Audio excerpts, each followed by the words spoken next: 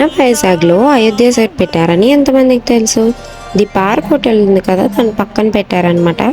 ఇతను చూడండి, స్టార్టింగ్లో సెంటర్ ఆఫ్ అట్రాక్షన్ లాగా బబుల్స్తో ఎంతమందిని అట్రాక్ట్ చేసుకుంటున్నాడు చిన్నపిల్లల్ని. సో అలాగే ఇంకో అట్రాక్షన్ కూడా జరిగింది. అదే ఈ చిన్నపిల్లల బైక్స్ ఉంటాయి కదా, అవి అనమాట. పర్ హెడ్ 50 అంట. మా హిషి అది ఎక్కించేంత వరకు గోల గోల పెట్టేసింది.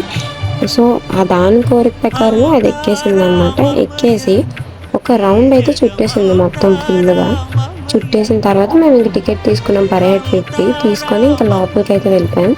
బయట నుండి అయితే బాగా అట్రాక్ట్ చేసుకున్నారు. పక్క గరుడ, ఇంకో పక్క హనుమాన్ని పెట్టారు.